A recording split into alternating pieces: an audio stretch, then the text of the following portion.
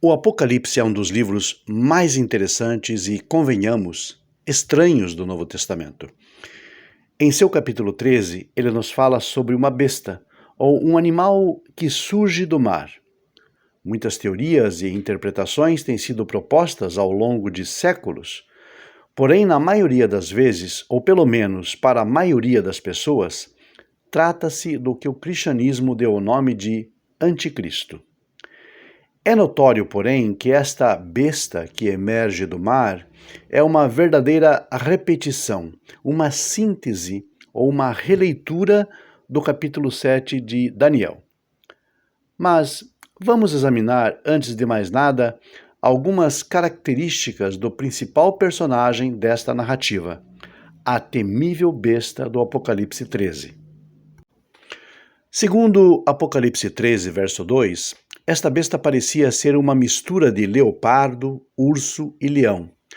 Esses mesmos animais simbólicos são listados em Daniel 7, sendo que, pelos comentaristas judeus medievais, eles representam, pela ordem, o Império Greco-Macedônio de Alexandre Magno, a Pérsia de Ciro e a Babilônia de Nabucodonosor II.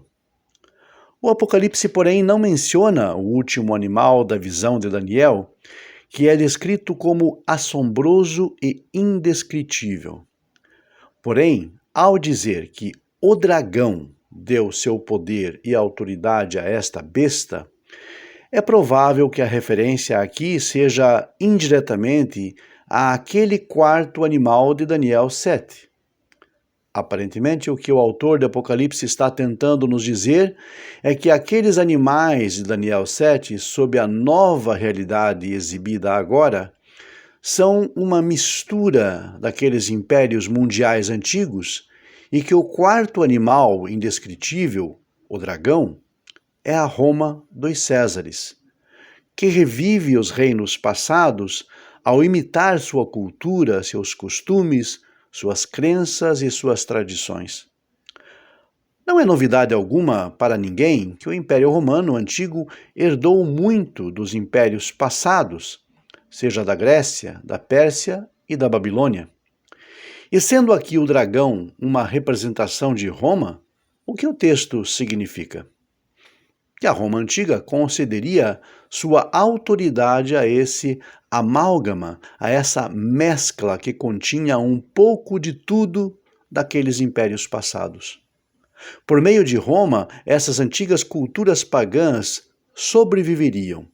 Roma, de certa forma, dá a sua autoridade e chancela àqueles antigos domínios para que eles sobrevivam por meio dela mesma.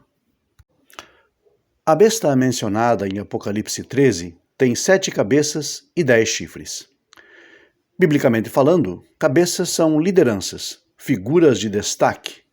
Chifres, ou pontas, são a representação de autoridade política e religiosa. O corpo do animal no relato é de um leopardo, cuja simbologia, ao compararmos com Daniel 7, refere-se ao domínio grego, particularmente ao helenismo, movimento que sobreviveu no Oriente mesmo após a morte de Alexandre e ao esfacelamento do seu império. Uma dessas cabeças foi, segundo o texto, ferida de morte. Porém, a sua ferida mortal foi curada, e assim lemos que toda a terra se maravilhou seguindo a besta e reverenciando o dragão. Não podemos negar que aqui temos a ideia de uma representação de uma liderança que morre e ressuscita. Ferida de morte e sua ferida mortal foi curada. Também não podemos negar aqui, pelo que lemos, que o sucesso do que o autor chama de besta deu-se após esse suposto evento de ressurreição que se seguiu à sua morte. O verso 5 nos diz que esse líder, ou essa representação de liderança, recebeu 42 meses para agir, o que pode resultar num cômputo de 3 anos e meio. Não bastasse isso, foi dado a esse poder ou liderança uma boca para proferir blasfêmias contra Deus. O verso 7 nos diz, finalmente, que este poder também ordenou guerra contra aqueles que o livro chama de santos, e também foi determinado que ele os venceria. Síntese de todas as coisas. Um poder que se levanta como uma mistura de conceitos pagãos, é representado por alguém que morre e depois ressuscita, faz a sua obra nefasta por 42 meses, ou 3 anos e meio, ordena guerra aos santos e os vence. Será que você consegue imaginar aqui alguma figura ou personalidade de quem se fale exatamente essas coisas? Jesus é uma figura mítica, criada no folclore popular judaico, no seio dos revoltosos da Galiléia antiga e adotada pelo mundo romano, posteriormente de forma plena e integral, como um verdadeiro Deus. Ele surge na narrativa com um nome grego, cercado de cultura pagã. Sua mensagem é transmitida originalmente em língua alienígena ao contexto judaico. Ele é, de certa forma, a continuação das antigas ideias anti-judaicas do mundo antigo. Segue em sua obra, segundo se diz, por exatos 3 anos e meio, cômputo exato aos 42 meses.